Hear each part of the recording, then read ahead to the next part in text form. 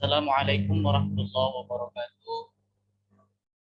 Hamdan wa syukranillah, salatan wa salamun ala rasulillah.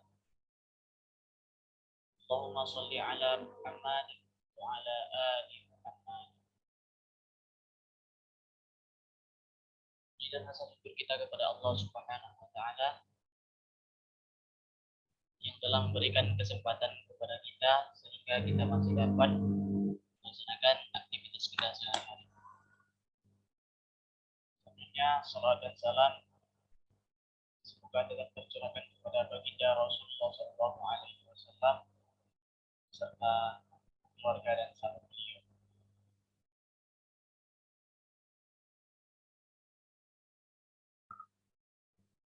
Baiklah, dengan tidak memanjangkan mukadimah, kami dari kelompok 8 mata kuliah Ilmu Politik Fakultas Ilmu Sosial Prodi Ilmu Administrasi Negara Universitas Negeri Padang akan mempresentasikan hasil kerja kelompok kami, yakni tentang makna dan sumber kekuasaan, legitimasi dan kewenangan. Baiklah, sebelumnya kami akan memperkenalkan kami dulu, yaitu yang pertama Mela Guspawitari, Nelly Yunita, Nurul Azira, Rain Najmi, Lianti Aditya, dan Sri Mulia Insani.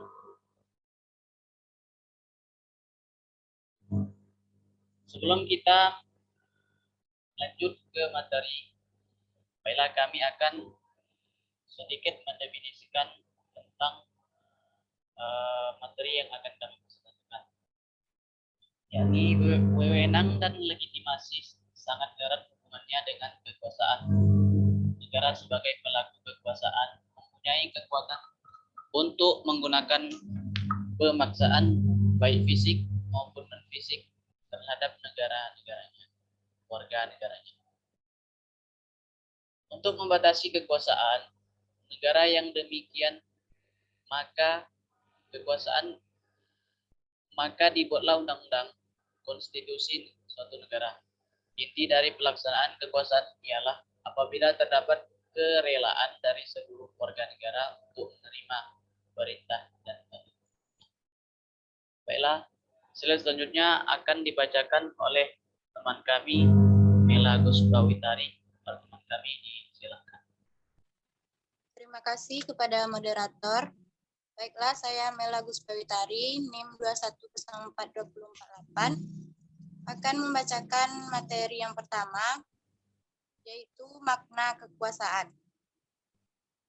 Menurut Robert McIver, kekuasaan adalah kemampuan untuk mengendalikan tingkah laku orang lain, baik secara langsung dengan jalan memberi perintah, atau dengan tidak langsung dengan jalan menggunakan semua alat dan cara yang tersedia. Yang kedua, menurut Max Weber, kekuasaan adalah kesempatan seseorang atau sekelompok orang untuk menyadarkan masyarakat akan kemauannya sendiri dengan sekaligus menerapkannya terhadap tindakan-tindakan perlawanan dari orang-orang atau golongan-golongan tertentu. Yang ketiga yaitu Inu Kencana Shafii, kekuasaan adalah hasil pengaruh yang diinginkan seseorang atau sekelompok orang. Misalnya, berapa luas wilayah jajahan, berapa banyak orang yang berhasil dipengaruhi, berapa lama berkuasa, dan lain-lain. Yang keempat yaitu menurut Maryam Budiarjo, kekuasaan adalah seseorang atau sekelompok manusia untuk mempengaruhi tingkah laku seseorang atau sekelompok orang lain sehingga tingkah lakunya menjadi sesuai keinginan atau tujuan seseorang atau kelompok orang yang mempunyai kekuasaan tersebut. Sekian materi dari saya kembalikan kepada moderator. Terima kasih kepada Mela. Selanjutnya materi akan dibacakan oleh Rianti Aditya. Kepada Rianti Aditya disilakan. Saya akan melanjutkan materi tentang sumber kekuasaan. Legitimate power, kekuasaan yang berasal dari pengangkatan, contohnya, camat diangkat oleh kepala daerah. termasuk pengangkatan putra mahkota atau pangeran untuk menjadi raja. Coercive power, kekuasaan yang berasal dari hasil kekerasan, contohnya hasil kudeta, pemberontakan, pembunuhan politik. Jatuhnya Presiden Marcos di Filipina oleh Corazon Aquino lewat people power. Jatuhnya Kekaisaran Louis di Prancis ditandai penyerbuan ke penjara Bastille dan pemotongan kepala keluarga raja.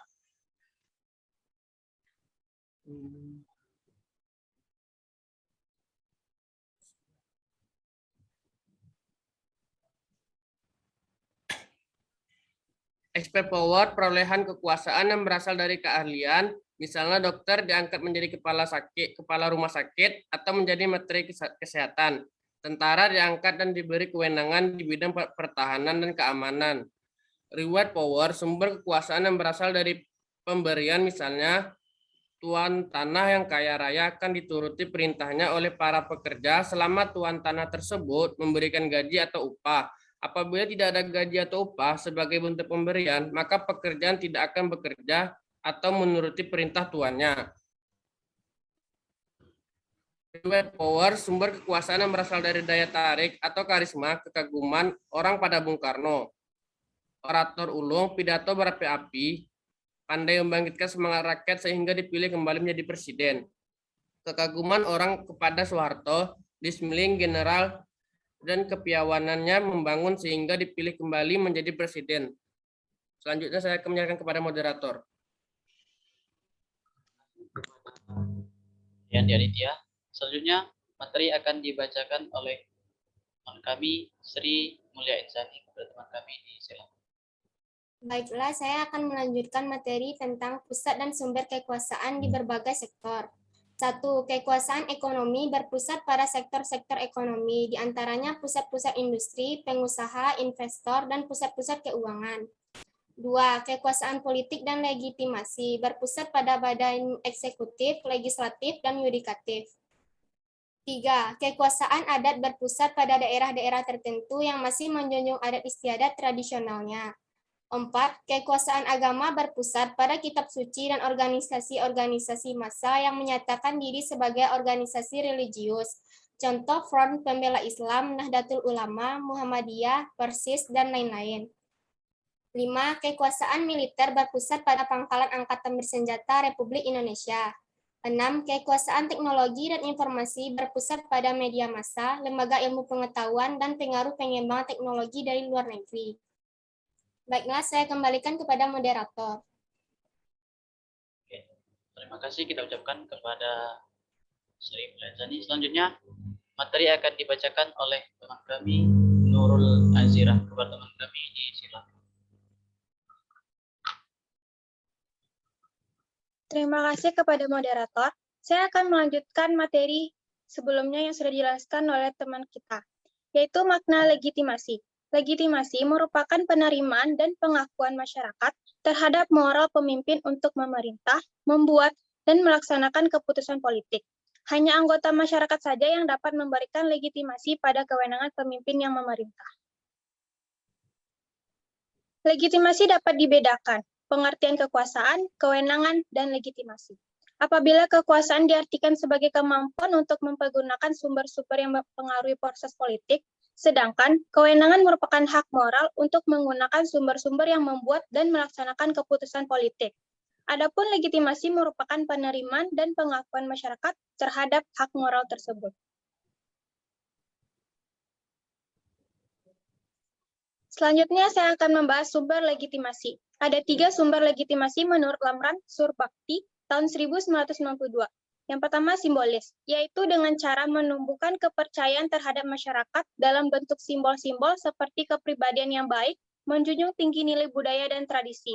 Yang kedua yaitu prosedural, yaitu menjanjikan kesejahteraan material kepada rakyat seperti fasilitas pendidikan dan kesehatan lebih baik, kesempatan kerja lebih besar, dan menjamin tersedianya pangan yang dibutuhkan rakyat.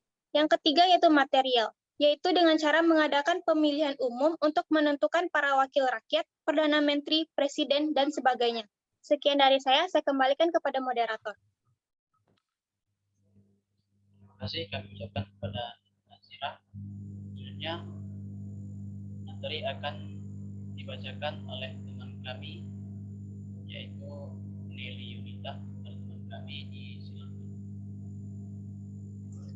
Terima kasih. Selanjutnya, makna kewenangan. Kewenangan secara umum merupakan lingkungan kekuasaan yang dimiliki seseorang atau kelompok untuk memerintah, mengatur, dan menjalankan tugas di bidangnya masing-masing. Kewenangan merupakan unsur dari kekuasaan yang dimiliki seseorang. Selanjutnya, sumber kewenangan untuk memerintah ada 5.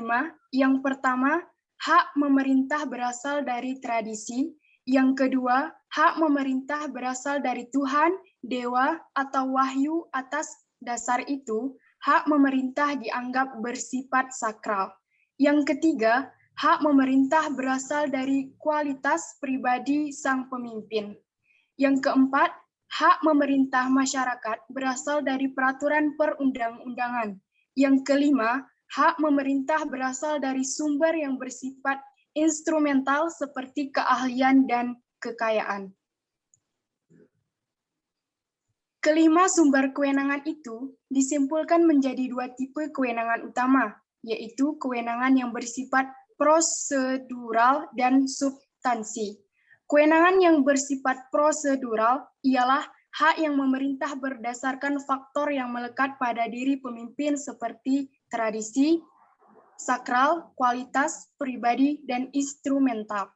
Struktur masyarakat yang kompleks ditandai oleh diferensiasi struktur dan spesialisasi pemeran, dan hubungan impersonal yang sudah meluas sehingga masyarakat ini memerlukan pengaturan-pengaturan yang bersifat tertulis dan rasional.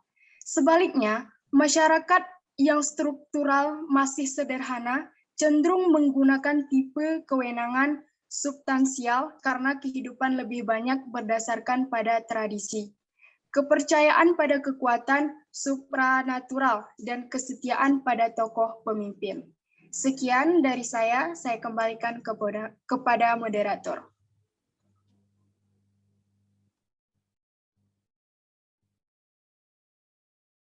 Baiklah,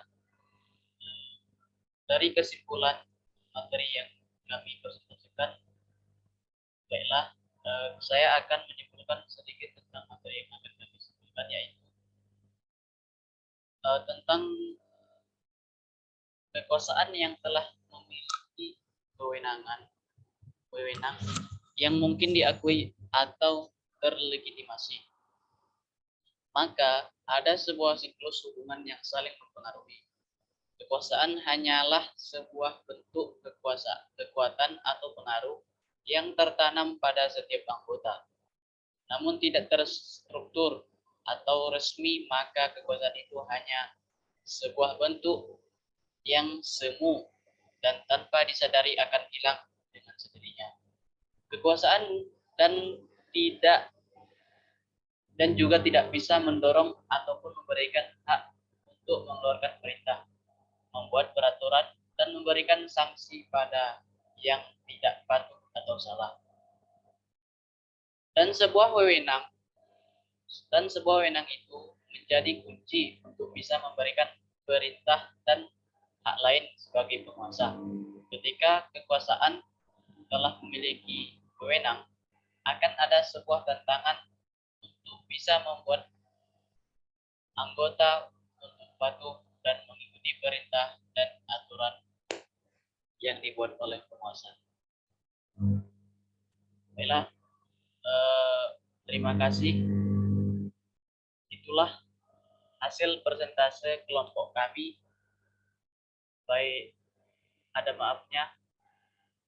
baiknya kami meminta maaf apabila ada kekurangan dan apabila ada kelebihan yang datangnya dari Allah Subhanahu wa Ta'ala.